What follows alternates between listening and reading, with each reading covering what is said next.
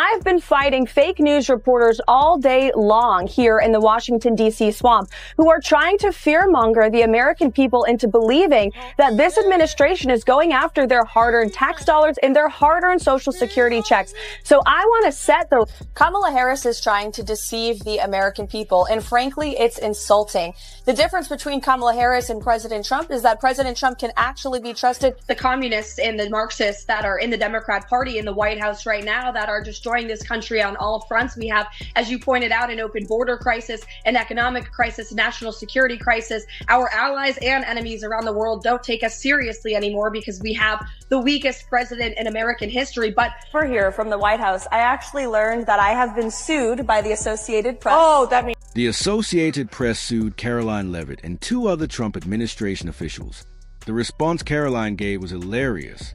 After Donald Trump signed an executive order to rename the Gulf of Mexico to the Gulf of America, many people were outraged, saying they wouldn't accept the change. The Associated Press was among those upset. In a recent press briefing, Karoline Leavitt said the Associated Press wouldn't be allowed in the Oval Office because they have the right to choose who gets invited. And then, things got even more interesting. Would love to answer this question, but upon driving over here from the White House, I actually learned that I have been sued by the Associated Press. Oh, that means, okay, we cannot. Okay. Yeah. Wait, personally? We'll see them in court. Wait a second. Personally? Yes. Yes. See, this is what these people do. It's Yep. called lawfare. You can't say it. I'll say it. It's called lawfare, people.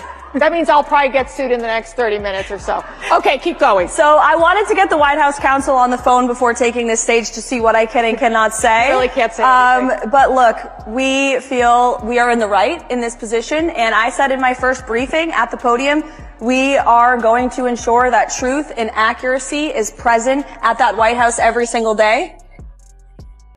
And one of the changes that we made, President Trump ran a non-traditional media strategy on the campaign trail, and he owned it. And he did podcasts, the Theo Vaughn podcast, the Joe Rogan podcast. He went places that no other politician has ever wanted to go, and it helped him earn votes, it helped him earn support, and we wanted to continue that approach at the White House. So Even after facing losses because of their own failed ideas, liberal media outlets still refuse to acknowledge the truth. And this started long before Trump was even elected. Just watch how Karoline Leavitt completely shut down their so-called woke nonsense. that's right. When they punch at Donald Trump punches back 10 times harder. And today we witnessed two things, Carl. First, we witnessed the most grave miscarriage of justice in American history, the indictment of the former president of the United States for a crime that never even existed, orchestrated by the political henchmen of Joe Biden, Jack Smith and Karen Gilbert, who are donors to Joe Biden's campaign. They should be recusing themselves from this sham case, never mind orchestrating it.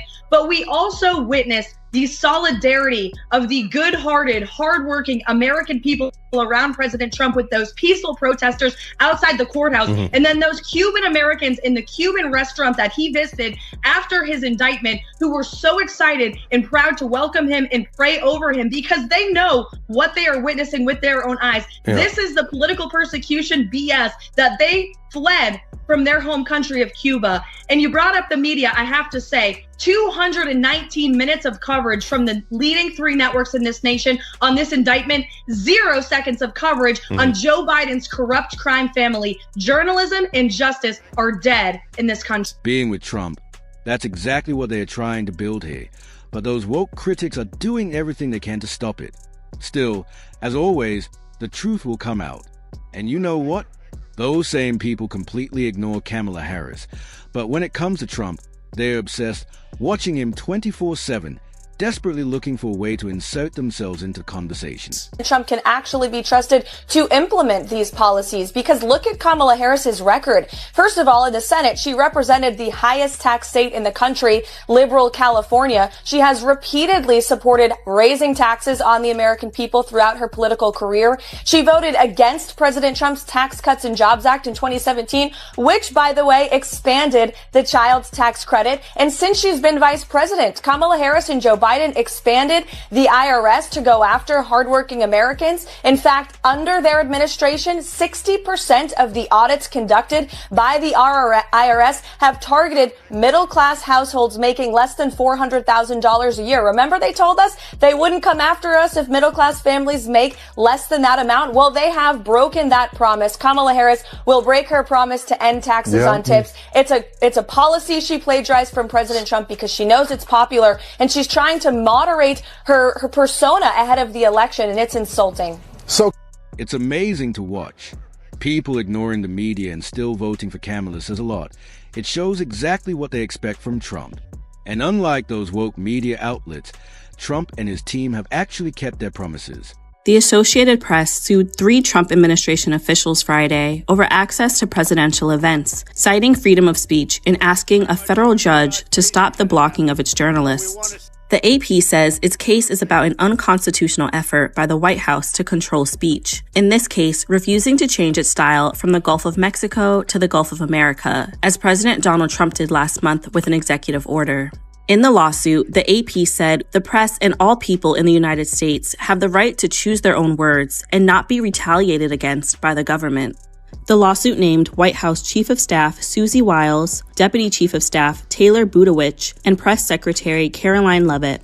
AP added that this targeted attack on the AP's editorial independence and ability to gather and report the news strikes at the very core of the First Amendment. In stopping the AP from attending press events at the White House and Mar-a-Lago. It's incredible to see common sense making a comeback. But of course, the woke media can't handle it. Instead of letting people do their jobs, they're now going after Karoline Leavitt, suing her just for doing what she was hired to do. It's beyond disgraceful. And to make it worse, they had the audacity to post blatant lies for everyone to see. I have nothing more to add, just waiting for them to put the AP in its place.